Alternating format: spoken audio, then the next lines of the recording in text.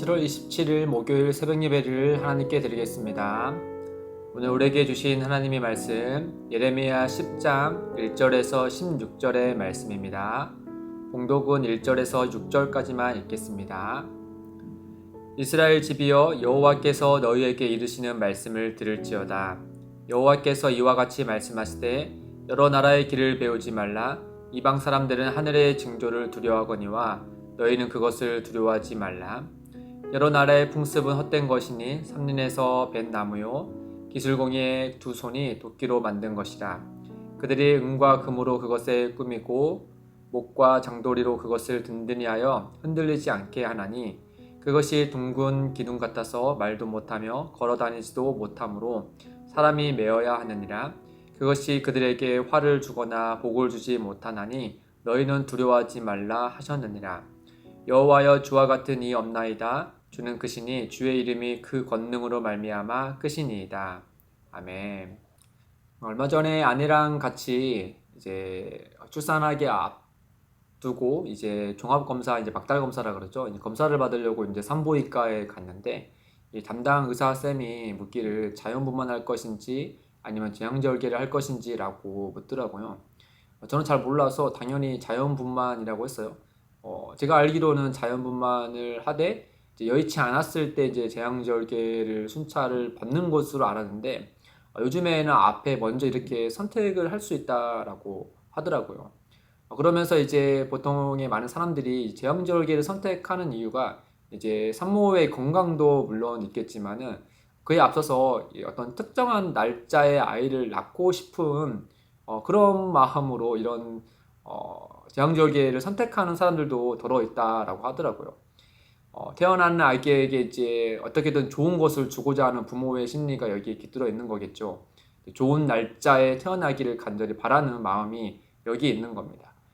생각해보면 이 좋은 날짜가 있다라는 것은 또 안 좋은 날짜가 있다는 거잖아요. 그래서 요즘에 사람들이 이와 같이 이런 좋은 날짜를 선택하는 것의 이면에는 이 안 좋은 날짜에 아이가 태어나거나 또는 이제 좋은 날짜에 애가 태어나는 것을 부모가 선택하지 않아서 그로 인하여서 이 아이의 삶이 엉클어지거나 또 안 좋아지며 그것이 다 부모의 탓이 아닐까라는 그런 불안과 두려움 때문에 이런 선택을 하지 않나 생각이 들었습니다. 예레미야는 오늘 말씀에서 이제 그와 비슷한 점을 이스라엘 백성들에게 지적을 하고 있어요. 하나님이 아닌 여러 나라의 우상과 풍습에 기대는 그 이스라엘 백성들이 결국 얻는 것은 끊임없는 두려움일 텐데 그들이 그 어리석은 길에 들어서 있다라는 점을 예레미야가 지적을 하고 있는 거죠. 2절에 보면은 하나님은 크게 이스라엘 백성들에게 이제 두 가지를 들어서 말씀하세요. 첫째는 여러 나라의 길을 배우지 말라고 말씀합니다. 예레미야 10장 2절 서두에 보면 여호와께서 이와 같이 말씀하시되 여러 나라의 길을 배우지 말라. 이 길이라는 것은 이제 삶의 모습 또 삶의 방향을 뜻하는 것이죠. 문명과 과학이 발달한 요즘도 새해가 되면은 동쪽에 가서 그 해를 보면서 소원을 빌고 있지 않습니까? 그 해가 많은 원소들로 만들어진 것에 불과하다는 사실을 알고 있음에도 불구하고 여전히 많은 사람들이 그와 같은 일을 합니다. 그런 걸 보면은 과거에 그런 과학과 문명이 발달하지 않는 그 과거에 생각해 보면은 모든 사회가 이와 같이 소위 점성술에 의해서 모든 것이 결정되고 또 만들어졌다라는 것을 우리가 어렴풋이 알 수 있는 것이죠.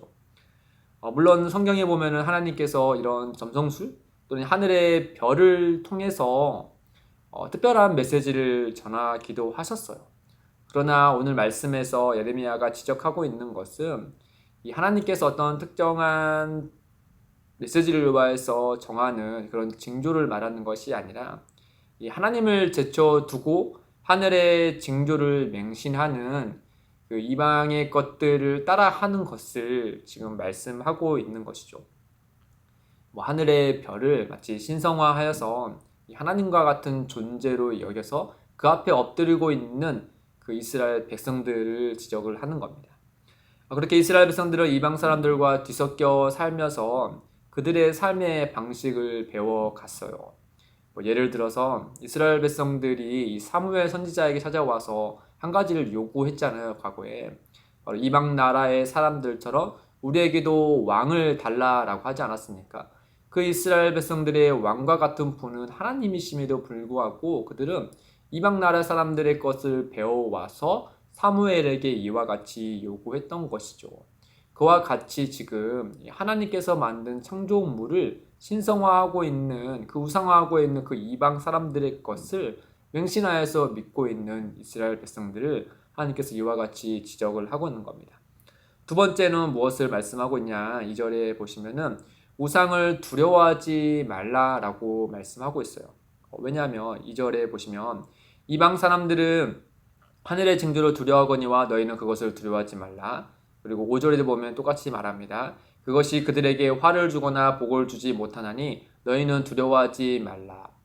왜 우상을 두려워할 필요가 없는지에 대해서 특히 두 가지를 생각해 보면은 첫째는 우상은 헛된 것이기 때문입니다. 헛되다는 것은 텅 비었다라는 말이에요. 그저 사람이 만든 나무에 불과하고 돌짝에 불과하다라고 하는 거죠. 그 점을 3절에서 5절에서 계속 얘기하고 있지 않습니까? 또 두 번째는 이 온 땅을 창조하신 하나님께서 두려워하지 말라라고 하셨기 때문이에요.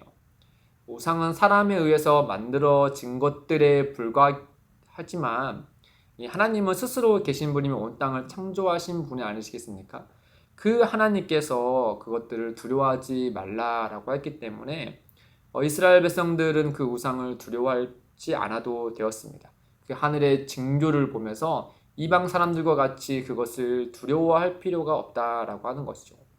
예레미야는 그런 면에서 종합적으로 10장 10절에 우리가 참으로 두려워할 분이 하나님이심을 우리에게 말씀해 주고 있죠. 오직 여호와는 참 하나님이시요 살아계신 하나님이시요 영원한 왕이시라. 그 진노하심에 땅이 진동하며 그 분노하심을 이방이 능히 당하지 못하느니라.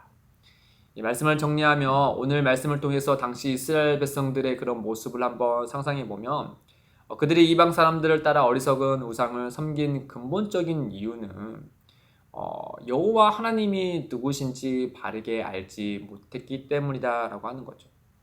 오직 여호와는 참 하나님이시오 살아계신 하나님이시오 영원한 왕이신 것을 그들이 진정 알고 믿었다면 그 두려움이 그 일상을 살아가면서 찾아오는 그 두려움들이 그들의 마음을 삼키지 못했을 것이죠.